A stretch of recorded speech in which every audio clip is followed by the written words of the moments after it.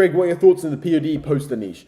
I seen a store in another country doing big numbers, and I pretty much copied the whole concept for one of my stores. Good idea, question mark. Yes, I would say that is a good idea. If you've seen it doing well in a different country and you're bringing it over to your own country, I would suggest this is a good idea. It doesn't necessarily matter if it's POD, doesn't matter if it's digital, doesn't matter if whatever it is, right?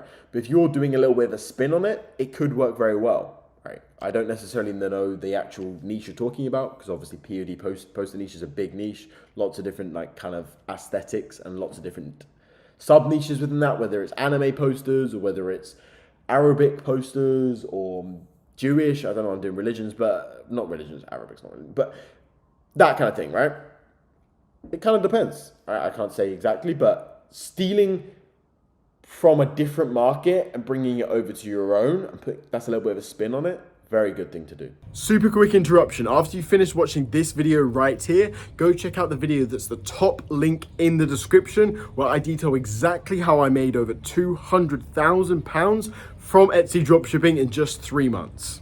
Go check it out, but watch this video first.